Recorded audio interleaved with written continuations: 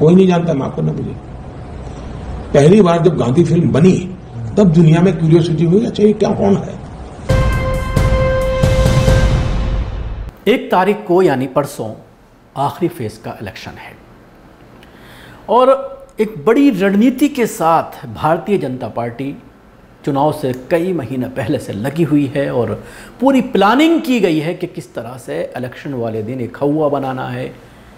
Election से 1-2 दिन पहले अलग अलग चैनल्स को इंटरव्यू दिए जाते हैं और फिर वो इलेक्शन वाले दिन उनको चलाया जाता है ताकि वोटर्स के दिमाग में मोदी घुसा रहे।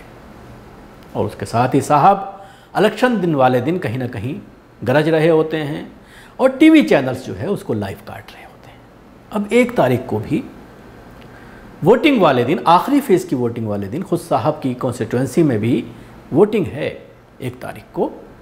साहब वही पिछले साल वाली नौटंकी दोहराने वाले हैं, कहीं जाकर के ध्यान में लगने वाले हैं, भगवान की पूजा करने वाले हैं और उसके लिए एक बहुत ही शानदार लोकेशन को उनके ज़रिए चुना गया है। लेकिन इन तमाम नौटंकियों के दरमियान जो सर्वे सामने आ रहे हैं वो काफ़ी चौंकाने वाले हैं। और 2 दिन से प्रधानमंत्री नरेंद्र मोदी का जो बयान गांधी जी को लेकर के उन्होंने दिया है वो चर्चा का विषय बना हुआ है और सवाल यही खड़ा हो रहा है कि अंग्रेज़ों की दलाली, अंग्रेज़ों की चाटुकारिता करने वाले ये संघ के लोग क्या जाने गांधी को। और साहब को ऐसा लग रहा है कि ये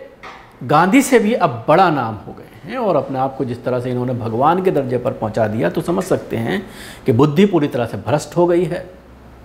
और अब इनको ये लगने लगा है कि अब हम नहीं आने वाले हैं। साहब को गुप्तचर विभागों से ये रिपोर्ट भी मिल गई है कि इस बार भाजपा 200 और 210-15 के बीच में रहने वाली है। अब सवाल यही है कि अगर इतने पर रहती है तो अगर कुछ और लोगों को भी जोड़ लिया जाएगा तो फिर मोदी के नाम पर बहुत सारे दल इकट्ठा नहीं हो पाएंगे। ममता बनर्जी की तरफ भी लोगों का इशारा है और कई और नेताओं को लेकर के इस तरह की, और ख़ुद उनके जो एनडीए में जो अलायंस में लोग हैं उनको लेकर भी इस तरह की बातें सामने आ रही हैं। लेकिन एक चीज़ और मैं आपको बताना चाहूँगा कि अगर 200 का आंकड़ा भी भारतीय जनता पार्टी पार करती है तो सबसे बड़ा दल होने के नाते राष्ट्रपति इनका अपना है, वो इनको बुलाएगा और उसके बाद टाइम दिया जाएगा। इतना टाइम दिया जाएगा कि एमपीज़ को ख़रीद लिया जाए या पार्टियों को तोड़ लिया जाए और सरकार बनाने की कोशिश की जाए। ये एक, इसके साथ ही सवाल ये भी खड़ा हो रहा है, सबसे बड़ा मामला, कि आर्मी चीफ को जो एक्सटेंशन दिया गया है अचानक 1 महीने के लिए, उस पर भी कहीं ना कहीं सवाल खड़े हो रहे हैं कि आखिर क्या चल रहा है। बहुत सारी चीज़ें हैं जिन पर काम चल रहा है। एक मैं आपको और बताना चाहूँगा कि 1 तारीख की शाम को पोलिंग ख़त्म होने के बाद 6 बजे से ही तमाम चैनल्स पर एग्जिट पोल चलेगा और भारतीय जनता पार्टी ने उस एग्जिट पोल को लेकर के जो प्लानिंग बनाई है वो मैं आपको बताना चाहूँगा कि भारतीय जनता पार्टी ने एग्जिट पोल को लेकर तमाम चैनलों को यह कह दिया है कि 315 से लेकर के 365 तक आपको भारतीय जनता पार्टी को जिताते हुए दिखाना है। और इसके साथ ही एक बात और मैं आपको बताना चाहूँगा कि तमाम बड़े बड़े चैनल्स जो हैं देश के, उन चैनल्स के ज़रिए हमारे जैसे यूट्यूबर्स से संपर्क किया जा रहा है और यह कहा जा रहा है कि आपको अपने चैनल पर जब हम सर्वे चलाएंगे तो 3 घंटे के लिए हमारे चैनल को लाइव काटना है। अब आप समझिए, ये एक बड़ी प्लानिंग है। एक तो आंकड़े ज्यादा बताना,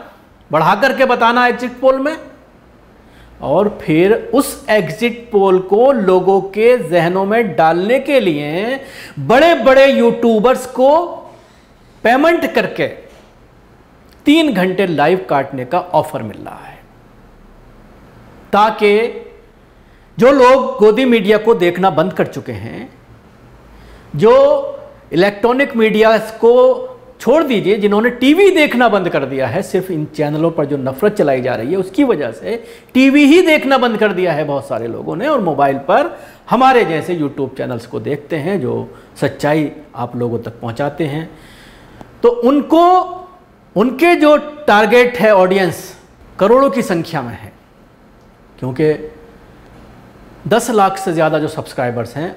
चैनल्स के, यूट्यूब चैनल्स के, उनको संपर्क किया गया है और मोटा अमाउंट देने की बात कही जा रही है, ताकि लोगों के जहनों में ये बात व्यवस्थ हो जाए कि भारतीय जनता पार्टी जीत रही है और फिर वोटिंग मशीनों में गड़बड़ी कर रिजल्ट को बदला जा सके। क्योंकि कल ये बयान आ गया, मोदी ने एक रैली में कह दिया कि इंडिया गठबंधन हारने के बाद ईवीएम को जिम्मेदार ठहराएगा। ये बात हर चुनाव में, उस चुनाव में कही जाती है जहां पर भारतीय जनता पार्टी हार रही होती है और ईवीएम का खेल किया जाता है। तो ये एक बहुत अहम बात थी जो मैंने आपको बताने की कोशिश की। उसके साथ ही सेना अध्यक्ष का एक्सटेंशन 1 महीने के लिए, उस पर भी ज़बरदस्त सवालात खड़े हो रहे हैं। तो अब ये देखने वाली बात होगी कि 1 तारीख को जो सर्वे आएंगे, आप देख लीजिएगा, इस एंकर को आप याद रखिएगा जो मैं ये बात कह रहा हूँ। ये एक बड़ी प्लानिंग की जा रही है किस तरह से रिजल्ट को बदला जा सके, क्योंकि कहीं पर भी आप देख लीजिए, उत्तर प्रदेश में सीटें कम हो रही हैं, महाराष्ट्र में सबसे बुरा हाल है, पंजाब में 1 सीट नहीं आ रही, राजस्थान में जो है जो